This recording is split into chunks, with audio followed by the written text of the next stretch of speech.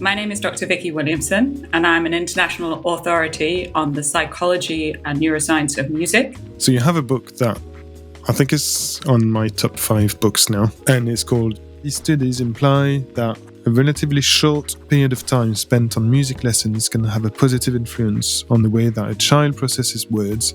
Something that I'm really interested in is the benefits on motor skills and obviously the benefits for the practice of sport. Yes, that's a really nice field of study, the effect of music on performance. That's been led by Professor Kostas Karigoris for years, and he's done loads of really nice studies on multiple aspects of sports performance. So weightlifting, endurance, speed. Hey guys, I've got a quick request. Could you subscribe, like, and comment if you like the content we're making? It's really important to support the channel and carry on having great guests like we've had. So subscribe, like, comment. Very important. Thank you.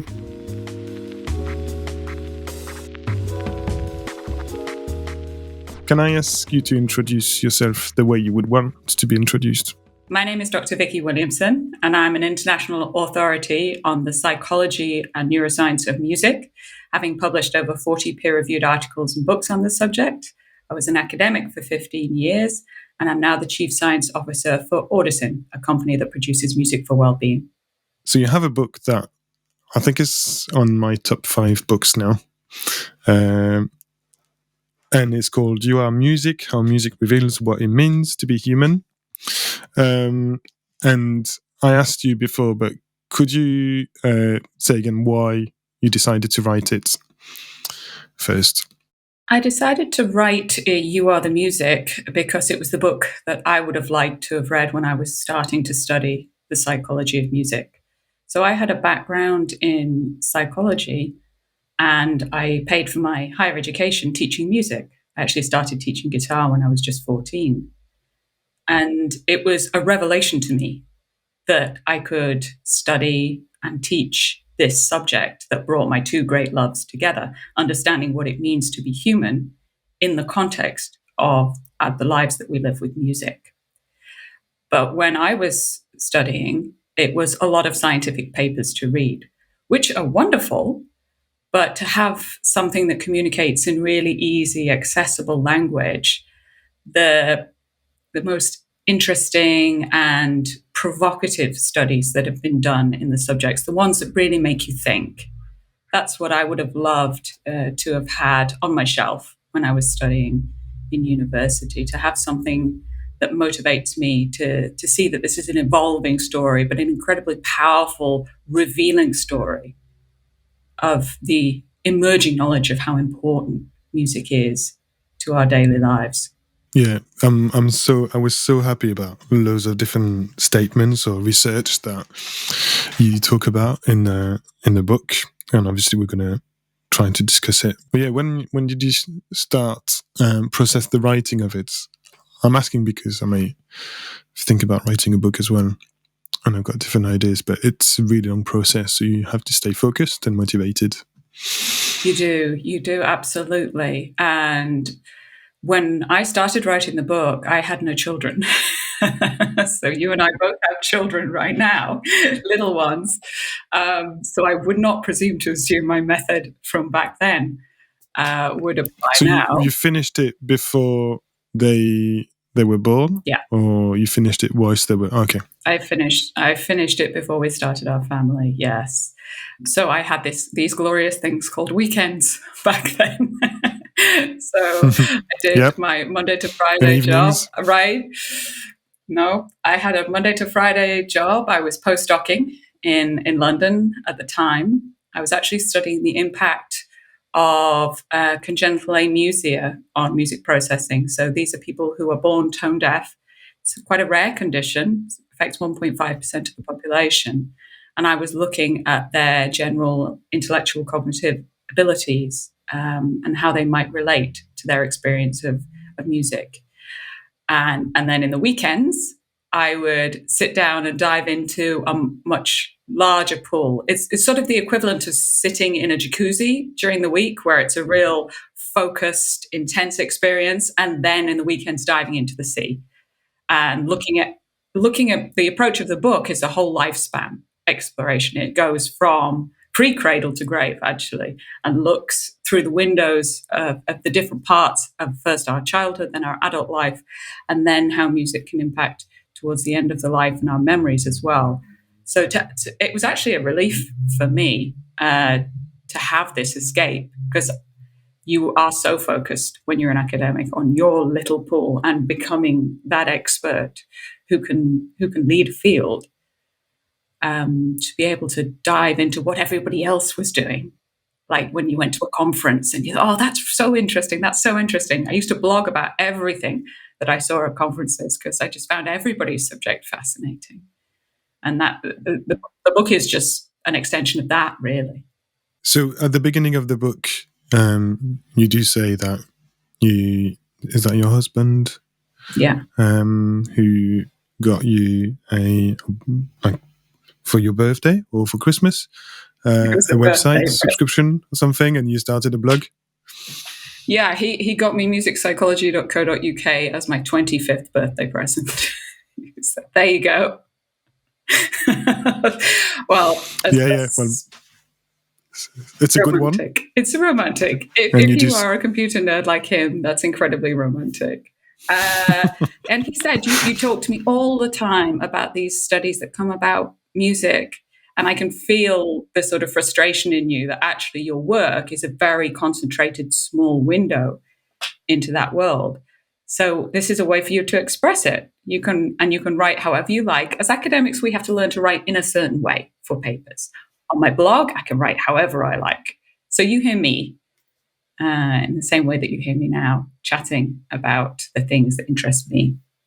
Obviously, there's it's one of my resolutions is to write more blogs on the theories of acoustics. But how did you approach it? Did you just write it? Started to write some what you were seeing or learning? Did you have an imposter syndrome as well? Because that's what I felt. Why would I know anything better than many other acousticians? But then, at some point you just don't have the choice, because there's a lot of benefits of doing it. Exactly. So what was your experience? Far more imposter syndrome in the day job than I ever felt when I was writing the blog or even the book, because I wrote them both in the way that I would talk to you now. And very often my PhD supervisor, Professor Alan Badley, he writes books by taking a dictaphone into the Yorkshire Dales and stomping around talking. And then he converts those notes. And I very often did that. It used to be a little dictaphone, and nowadays we have phones, of course, where you can just jot down ideas. And Professor David Huron, who's a giant in the world of music science and music psychology, he is never without a notebook. I remember him saying, take a notebook with you wherever you go. Whenever you have a thought, you can write it down. And that becomes your gold mine, and that becomes your inspiration. And you are literally sharing your idea. I mean, do you have imposter syndrome in a conversation where you're just chatting with a colleague? It's that level of informality, and that's what I liked about it. I never held myself up to academic standards. It was me talking as I would to a friend, colleague, family member. My cactus. I used to have a cactus that I practiced my academic talks at, poor thing. But it was the way I would talk normally. That's the voice that you hear, whether it's coming out of my dictaphone, translated into notes, or just tapped away what my thoughts were about studies that came around. So that was one inspiration, new studies that came out, and I just wanted to be able to communicate that to the community, to say, this is the latest on this subject. Isn't that interesting? Or opinions are turning here. Wow. Or look at this new way we can explore this facet of musical achievement. Or look what musical thing this animal can do. All these interesting thoughts, and to spread the word rather than deep dive. Sort of the deep dive and the professional standards, I think, is where the imposter syndrome tends to creep in, at least for me. It's probably why it's been so nice to read, is because obviously you're talking and it's really disconnected from an academic style, where yes, you do explain some experiments and papers that have been released, but you also like speak in very layman's terms that are really easy to understand for most people. And it's a bit there's a very nice storytelling as well behind it. So like all the ingredients for a good book. And how many blog posts did you have to do until you thought you got approached? Is that right? You got approached after writing a few posts by an editor to write your book, or you thought I may write a book, but I'll just start with that blog because the opportunity is there already? No, didn't have that much forethought behind it. It was Okay. a natural approach that came to me from an editor within Icon Books, who ended up publishing the book, who said, we would love to publish essentially a collection of your blogs. If you can think of an overarching logic for a collection rather than here are some of my articles, an overall story. And what I felt did not exist at that time. There were good books that looked into the science of music. It wasn't a brand new thing to do, but nobody had done it from the lifespan approach. So you could dip in and out to whatever stage of life most interested you. And you could also get this impression of what the tagline of the book is, which was why it's so much a part of what it means to be human, because it impacts our entire lives. Before I dive into some quotes and discussions on that, what's your musical background? And what instruments do you play? That's a great question. So I was very much a musical mongrel growing up. I loved picking up instruments, learning a little bit of this and that. My dad would go to secondhand shops, charity shops in the UK when I was growing up in the summer holidays, and come home with a battered flute or bongos or something. And we go to the library and get a how-to book. So there you go, you got 6 weeks. Have a crack at that. But my formal education, as they say, my lessons were in classical guitar. And I did that from the age of 5 to 15. And I taught from the age of 14 onwards, children of varying ages, private lessons, eventually becoming a peripatetic music teacher for the local education authority, moving around schools and teaching. And I did that to pay for my higher education, as I said, which was following the psychology route. And finally, when I specialized, decided to take a master's in the psychology of music, that's when they came together. And I was nearly 20. And when did you do that master's? I did and where? Sorry, where? I did my master's in the psychology of music at the University of Sheffield in the UK. It's one of the oldest courses in the world, and it had premier experts in the UK at the time, and still does. It's a fantastic course. I did full circle. My last academic post was at the University of Sheffield teaching that course. And I can't tell you how excited I was to go in and see the staff board on the first day. Exactly the same staff board with the in and out clickers for each member of staff that had been there when I was a master's student. And there was my name. I texted that to simply everybody in my phone. I need to read it because I need to read the quotes. But there's scientific evidence shows that parents experience a release of stress hormones in the brain on hearing a baby crying, resulting in an increased heartbeat, raised blood pressure, and a cold sweat. And I thought, that's why I can't sleep after my baby wakes up, or my son. And I've really struggled to get back to sleep, and I'm so alert. There was a program that you probably, or a documentary on iPlayer or BBC that you've probably listened to. There was showing how alert and our brain was ready for action as when we were hearing babies crying, and our reflex are really good. What's your comments about this, and what would you advise to get back to sleep, to fall back asleep after you've just soothed your baby or your child? Yeah.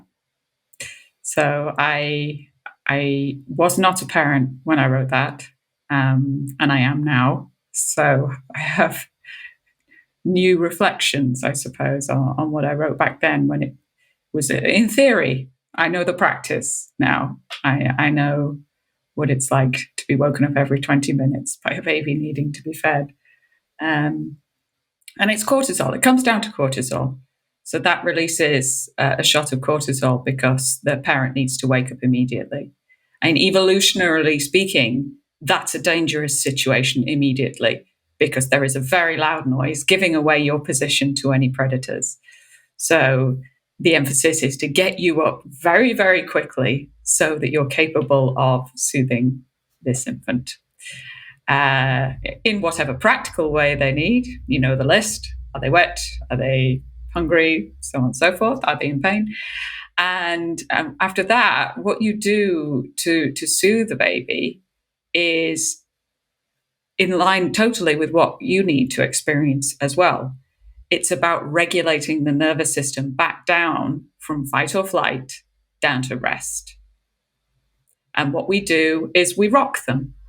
So there's rhythm for you, slow, gentle rhythms. We might sing softly or make cooing sounds. So these gentle, cyclical pitches, usually moving down in pitch, feeling soothing. All those soothing elements that we do to the baby in order to help it rest. Feeling our heartbeat, there's rhythm there again, are what we would benefit from with the same animal, ultimately. But as the parent going back to the cold bed, nobody's going to rock us to sleep. So how do we induce that same experience that has soothed our baby? Well, music has a great many of those elements, so can be functionally as effective. It can have the slowing rhythms, the regularity, the soft pitches, the cascading cyclical tones that help to regulate that cortisol level so it dissipates and induce the release of counter neurotransmitters, things like dopamine and serotonin, that will bring the body, trigger the parasympathetic nervous system, which means bring the body out of that fight or flight state and into rest again. So that's why I noticed, especially with the second one, we used to put obviously very lullabies or white noise, and we very often can fall back to sleep after with white noise.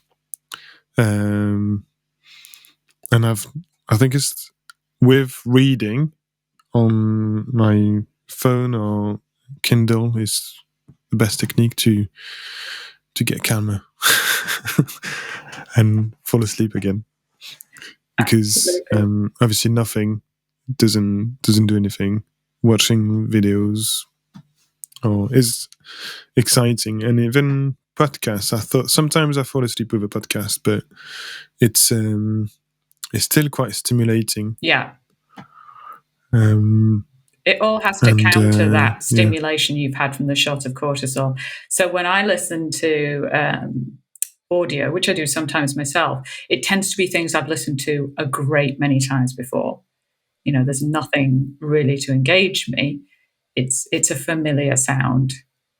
That seems to be a key element to it, that you do not want to start engaging the cognitive functions. So those are the things that will raise your brainwave speed up again and bring you into a wakeful state. It's all about regularity, familiarity, cyclical sounds, bringing you back down into peaceful, restful psychophysiological state. Cool, interesting. And then the Mozart Effect. We break a few more urban myths, such as the idea that listening to music, and in particular our friend Mozart, can help make children smarter. And there's even websites that talk about this, thinking that you can have some benefits for your IQ. It's quite interesting. I would say, yes, it's obvious, but this, when you read I don't know if you know Baby Jack Jack from the is that The Incredibles Oh in yeah, English, yeah, yeah. the movie. There's a book or like a short as a bonus that is with Carrie, his babysitter, and she's having a really hard time. But at the beginning of it, she puts like a CD, some music and Mozart, and she says that it can stimulate the intellectual abilities of babies. That's why she's doing it. So I thought, is it really true? But then it doesn't seem to be. It shows how much it's got into the public conversation that even Baby Jack Jack's being experimented upon. Yeah. So when I studied music psychology, the Mozart Effect, which I should say is a very basic experiment, in that you would expose people to a short amount of music and then ask them to complete a cognitive task. Usually the traditional one is a paper cut and folding task, so it's a kind of spatiotemporal task, but it evolved into basic intellectual tasks like memory recall, things like that, and demonstrating an improvement in performance for people who listen to a certain type of music versus a group that didn't, or that listened to a control sound like white noise. And the traditional piece is Mozart Sonata KV448, which was used in the original study. And this had a huge impact. It was actually a one-page study, very limited description, but it just took off. This idea that there could be this quick fix to make us feel smarter was to listen to music. We all like to listen to music. It's easy to listen to music, so let's do that and we'll all get smarter. What needed to happen before everybody ventured into those applications was replication and validation in different scenarios. And it was one of the big learning lessons of music psychology that didn't happen. But the attraction of the idea was such that it ran away from the academic field before we saw it out. It was out the door. And I looked at the latest evidence for this podcast and was slightly concerned to see that the Mozart effect, since I last had a look at it, has been applied to epileptic patients. The idea that it might help with epilepsy. And this is another level of concern for me personally. It's one thing to say we should expose children to music and they might get smarter. Well, at the end of the day, you're asking children to listen to music. That's not such a bad thing. But when you get into the realms of clinical applications, that could be very serious, and that warrants real proper investigation.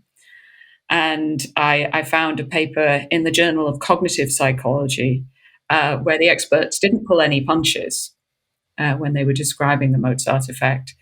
And they described it in their own words, I'll use, as unfounded authority, underpowered studies, and non-transparent reporting appear to be the main drivers of the Mozart effect myth. So that's in the words of the authors. And they actually replicated the traditional idea, which is a cognitive boost from listening to this particular Mozart sonata. And they said all it caused was distraction, irrespective of whether the person liked the piece of Mozart or not. The people in that study were better off not listening to it in terms of that was a serial memory recall task that was done. The core of the message that music can be beneficial, you don't want to throw that out. You don't want to throw out the baby with the bathwater. What is the sort of legacy of the Mozart effect is of taking a small insight and blowing it up into a big truth.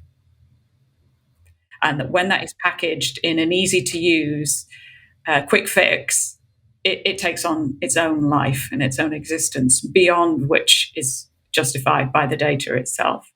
But the more people explore it from the academic side of things, we begin to see where music can be beneficial and where there are just random effects that we should not be applying in any setting, whether it's cognitive boost or epilepsy or anything else. The key to good music science, as in any science, is replication and validation. There you will find the truth of where the real power of effects are. It makes me think about a little bit about the obviously, no, I'm sure you know this, the impact of watching TV for kids. And then I hear so much people saying that it's watching TV for a child is bad for their brain development. And I don't know if you've probably gone into that topic, reading that and what is actually causing that problem and why people have said this. But then, first instance, you think, I will not expose my child to TV.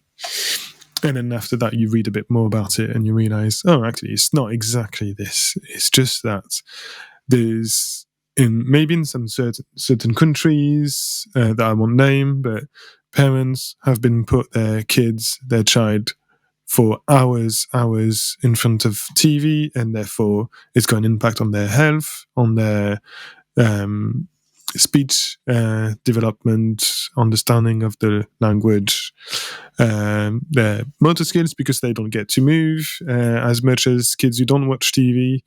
And you understand that, okay, so they can watch a little bit of TV, obviously not too much. Don't put your child in front of the TV for a whole day, but it's not that watching a screen will damage their brain. That's I don't know if you have that same understanding of it. That's our understanding, and you get slightly more relaxed about them. It's okay to do that for like a 4-year-old. Just put them in front of the TV for half an hour so that you can cook some nice food, and there's some health benefits of it. And they can watch Bluey as well, so there's tons of nice programs that are either very cute or you learn a lot of things like social manners or real life things that you wouldn't even think they need to be aware of it. So yeah, totally, that's my view. Totally. When it comes to screen time as a parent, I went down a very similar pathway to you, and it's like I said with the Mozart Effect. You don't want to throw the baby out with the bathwater, because there's a lot of quality in what is made for children's television these days. There's a lot there that's designed to teach. I have a son who is nonverbal autistic, and there are programs that are made specifically to help children who are facing challenges with verbal expression.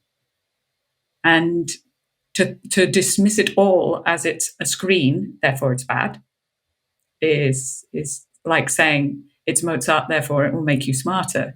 There's so much nuance in there, as well as your individual family situation, as you rightly say.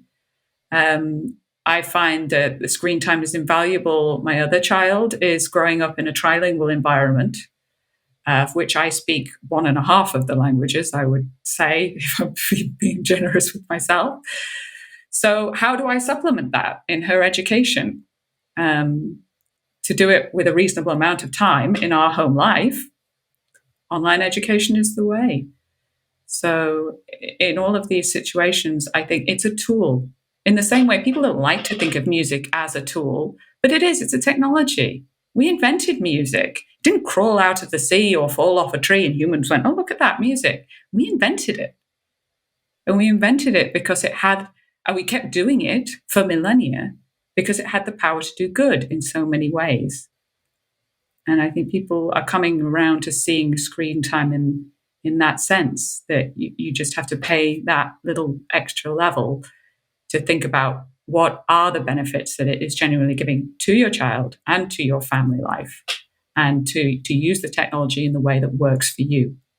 So you say that music is an influence on processing words, which is even more interesting. So together, these studies imply that a relatively short period of time spent on music lessons can have a positive influence on the way that a child processes words, and that this effect gets stronger as a child continues their lessons. it's really interesting, because that's when it goes to, okay, if you practice music, it doesn't only develop your musical abilities, musical skills, but it also gets into the everyday life skills. Yeah, it's a hot topic in music psychology, is what we call transfer effects. So what benefits do you see outside of the musical training domain? And in theory, it makes total sense. Music is whole brain stimulation. Music activates multiple areas of the brain simultaneously and interconnects them in a way that very few things in the world do.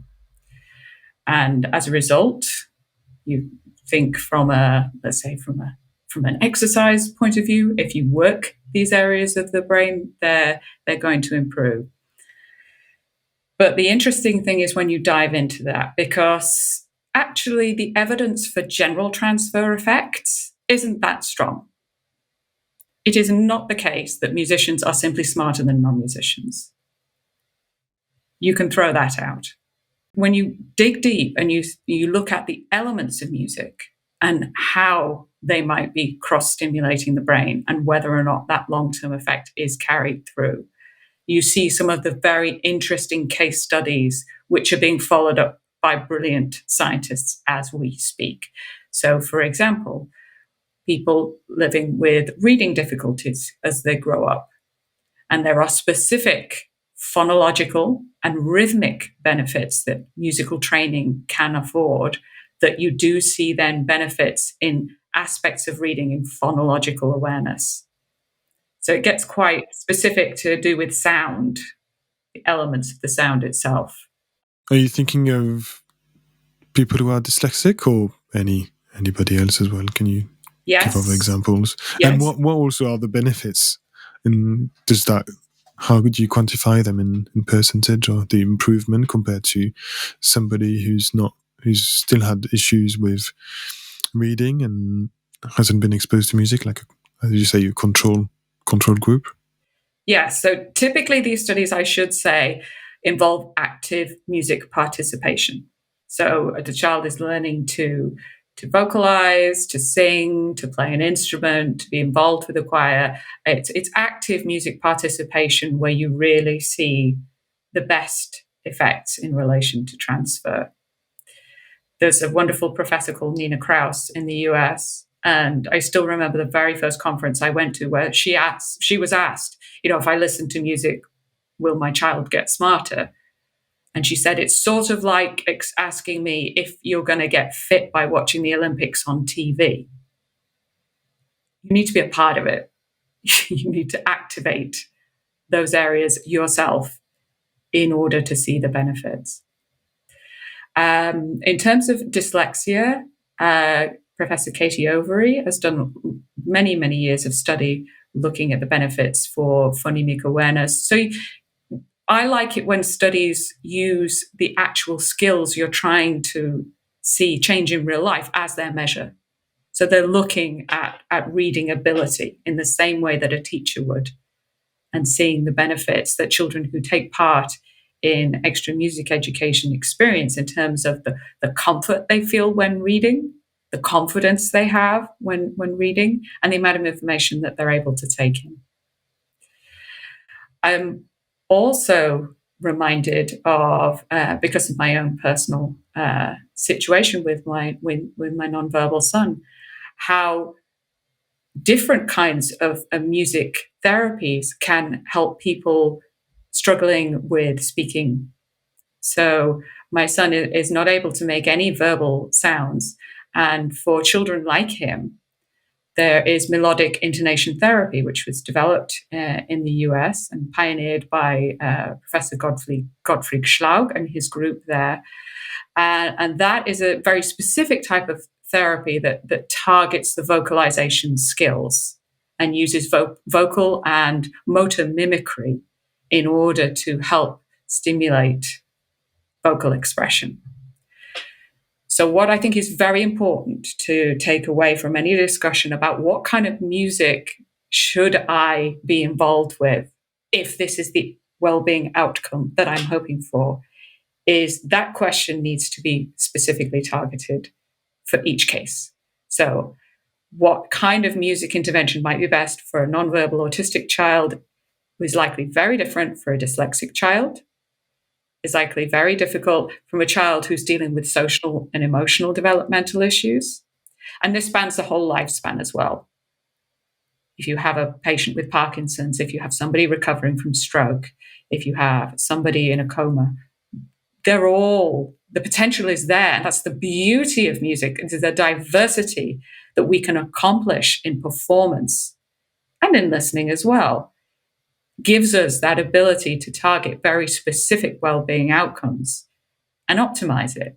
When I ran my lab, Music and Wellbeing, at the University of Sheffield, my tagline was always, we're moving from the intuitive to the informed application of music. We know music is wonderful and it makes us feel good. The vast majority of the population is listening to music at some point in their lives to help them feel good. That's the intuitive use.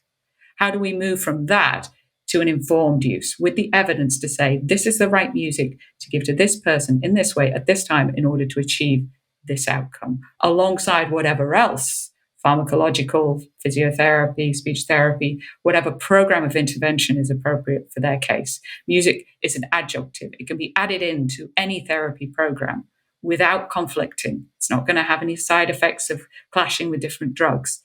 The potential is there if we can work out the appropriate way to integrate it into somebody's care. Great, that's really interesting. Then I note, which I said thank you when I made a comment on it. I said the diversity on instrument experience is associated with later musical excellence. There's also some comments and on the exposure of music styles that obviously you're very, how do you say, if you're used to listening to a certain style, you may not like instantaneously like another style. And so, I mean, that's two topics, but when maybe your music education was like this, but my music education was very classical based. And therefore, I guess it's a bit like, academics, but you get very focused on that type of music, and you kind of neglect the other types or the other cultures, or maybe not cultures, but other styles of music, and you never appreciate it until you actually listen to it, or you're forced to listen to it for a while, and then you think, oh, I actually like it. And it's probably also why we don't like an album straight away, because it's new to us. So it's after we've listened to it. So it's interesting, because I have a very different view on the way you should raise your child with music and instruments, and you should expose them as much as possible to a large variety of music styles. And also, we had the belief that if we were focusing on one instrument in particular, it was good, and we were just staying very focused on it. With what you mean, and maybe I'm reading behind between the lines, but there's huge benefits of playing different instruments as well, and I can definitely agree, because it's not intuitive, but I remember from playing keyboard and I started percussion, and the style or my view of playing or interpreting music with keyboard was much more acute when I had a bit more experience with percussions, and you just don't realize it until you do it. Sorry, it's long. There's a lot of explanations around that, but what's your view and experience and research as well? No, absolutely. So I would say my view on it as a parent is the key is exposure. And I remember when I first studied music psychology, there was a study that said that the children who had felt autonomy in the choice of their eventual musical instrument were more satisfied with the course of their music education, that the fact that they liked that instrument, they liked the way it felt or the way it sounded, that they had the sort of free choice to say, yeah, this is my instrument, this is my voice, this is what I want to do going forward. And that element of self-actualization and identity within music performance, even within small children, is key. And you don't get that unless you've exposed them, you've given them a diversity of instruments to start with. And I do exactly the same thing. I go through the recorder and the violin and all the lovely sounds that children can make on them. Show my daughter how I play the guitar, pick out the few keyboard tunes that I can still remember, with the aim of stimulating that interest and also giving her that autonomy of choice, so that the more ways you have to express yourself in this world, the better. Real mastery of an instrument of the kind that we see, particularly in the Western tonal harmony tradition, takes a huge amount of hours and focus and dedication. So you can't have everything. To achieve mastery, you have to focus. But when we're talking about the early stages of music education, diversity is absolutely critical to developing that interest. I think it was Graham Welsh, who is one of the really, I want to say, the leading voices, has been for many, many years. I won't embarrass Graham by saying how many.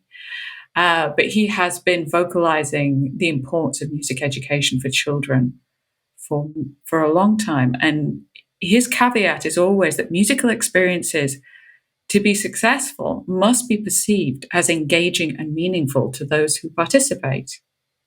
You can't get away from the fact that we are human beings and we are going to be motivated to do what we love, ultimately. That's the path that we're going to follow. So to present not only a diversity of instruments, but in an engaging and a fun way. If you ask me, I never reached the heights of professional musicianship.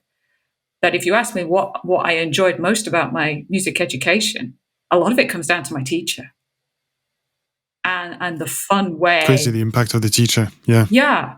The brilliant way that he presented my instrument to me, and the opportunities to play in all the different styles, because you think classical guitar, I'm just going to be playing Fernando Sor or whatever. But I played pieces spanning 600-700 years of musical repertoire across the globe too. Not really limitless options. What sounds do you want to make with your instrument? So that element of making music fun and engaging, so critical. It's crazy the impact of a teacher can have on their students, and obviously sometimes it can be damaging, but sometimes they not just for music, but generally. There's so much responsibility. Yeah, I was just going to say that idea of the perfect performer on stage performing 3 hours of music from memory perfectly is, again, a model of incredible human accomplishment.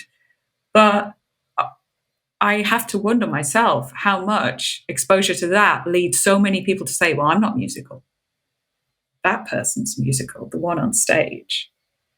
And yet just about all human beings are musical. I say there's less than 2% of people are born with a disorder that prevents them from perceiving music in the way that we do, in the organized manner that we do. And some people experience brain damage that has similar effects. But if you exclude that, everybody has the element and potential of musical sound within them. And there are cultures on this earth where there is no separate word for to sing as to speak. And if you say, well, I can't sing, they say, I don't understand. You're speaking.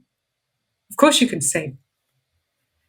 So bringing music culture into everyday lives again and respecting the maestro model and the expert, because my goodness, what they give to us in our lives is incredible.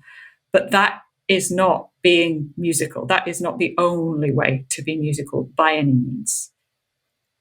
And that's what a good teacher will put across. Yeah, and I completely agree. And it's something that I'm fighting a little bit as well. You need to play music for excellence, to perform well, and at one point, what sort of balance do you need to have? And playing things by heart is something I've never really had to do. But I know, like, pianists and maybe violinists as well, but pianists have to play without any books most of the time. Well, that's from my generation, so it's an extra pressure. But on the other hand, it does make you stand back from the book and think more about the music and the flow. Something that I said before the recordings I'm really interested in is the benefits on motor skills that music has, and obviously the benefits for the practice of sport. Now, I'm really interested in quantifying the benefits, how much better like a pianist will be if like a footballer plays piano. How much better will he be to his twin? You've got the study in mind. It's a twin study, is it? I don't know. Maybe one twin gets to play music and the other one doesn't. We see what happens. Yeah, it's a really interesting question. And I know I was being facetious just then, but you can see the difficulty in actually designing the type of research that would give you that kind of answer. And that's the problem we face in looking at music benefits, is that it's not like we can look at the benefits of a change of diet or so on and so forth, which you can look at in a small period of time in somebody's life in a controlled way. Looking at the impacts of a lifetime, a childhood of playing music versus not, is super difficult, because you have to do it cross-sectionally, really. So what you can never fully disentangle is the nature versus nurture argument, and the extent to which this person was always going to play better football, irrespective of whether or not they ever touched a piano key. But if you did put them in front of a piano, they'd probably do that well as well. It's really, really difficult to disentangle the nature and nurture of those effects. I think where music and sport really are so beneficial are when it comes to the social and emotional benefits of performance and of engaging with others in these activities. That's where I think of the benefits for my own children. That playing with somebody else, performing with somebody else, working with somebody else, it's so important for development. And I'm sure that's what Plato and Aristotle both said, that primary education should begin with music and sport because of the developmental bonuses for the person at that very critical young age. So the ancient Greeks knew what they were talking about. So you're tapping into them. And it's also important for the mood regulation. Obviously, if you play a happy song, you'd be more likely to be happy after doing that song than unhappy. But sometimes, obviously, as a parent, you get very tired, and in the morning, you just put a little bit of music, and you end up singing, and you end up dancing with your kids. And when you've got two who are constantly competing with each other's toys and activities, then that avoids that action for half an hour. No, I'm just making a big caricature of it, but it is important, and also in motivation, and we're not going to be able to talk about everything. Maybe we'll definitely have to organize another episode, but all the thing around the mood regulation, and you talked about the for sports again, but I can't remember the quotes. I can't find it again. It's basically if we play music, it's a blocker. That's it. Music work well as a blocker for the signals of mental tiredness and physical exhaustion. Yes. That's a really nice field of study, the effect of music on performance. That's been led by Professor Kostas Karigoris for years, and he's done loads of really nice studies on multiple aspects of sports performance. So weightlifting, endurance, speed, and looking at the impact of music in all those different scenarios and showing significant effects consistently. The example I used in the book was Haile Gebrselassie breaking a world record to Scatman being played in the stadium. And from that point onwards, the decision was made not to play any athlete's personal choice of music during large competitions, because the acknowledgement is that it's performance enhancing in reality. So what we see nowadays is athletes coming out onto the field or coming by the side of the pool with headphones on, because they're listening to their sound that motivates them and that puts them in the right frame of mind. So music for many athletes can be a key component of mental training, as well as supportive, in the sense you were talking about, in the sense of supporting the energy needs and the motor drive that is necessary in sport. So there's another one on emotion and mood regulation, obviously, in adolescence, and that young people use it much more, and that's why also we remember so well the music that we were listening to when we were teenagers, and also it's part of our musical identity. And I can definitely relate this.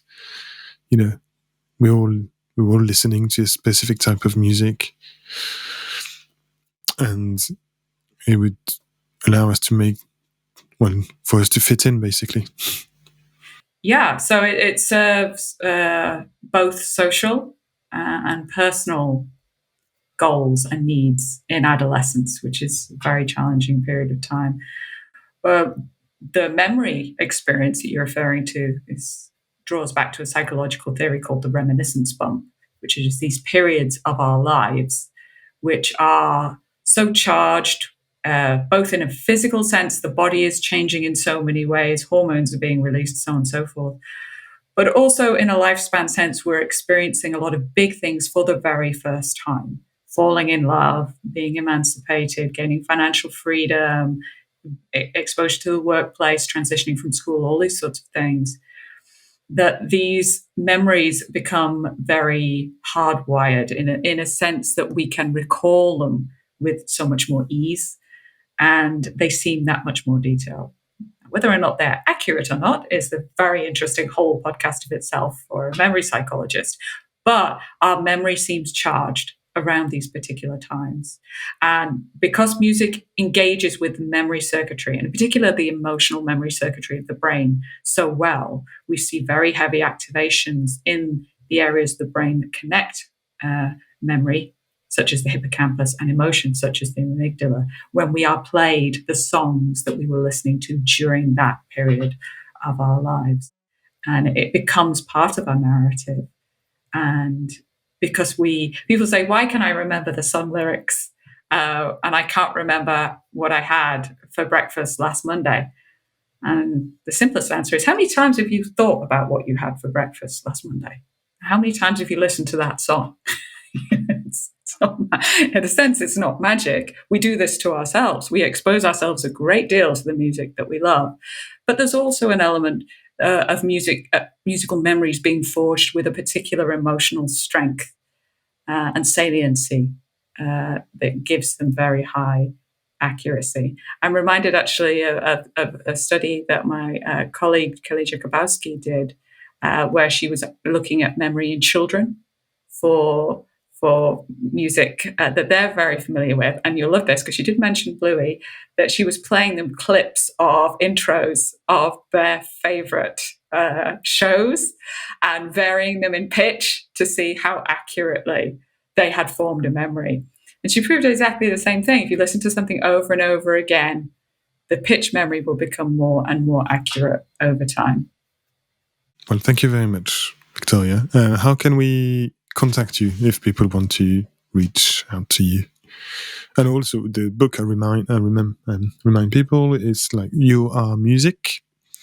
As simple as that.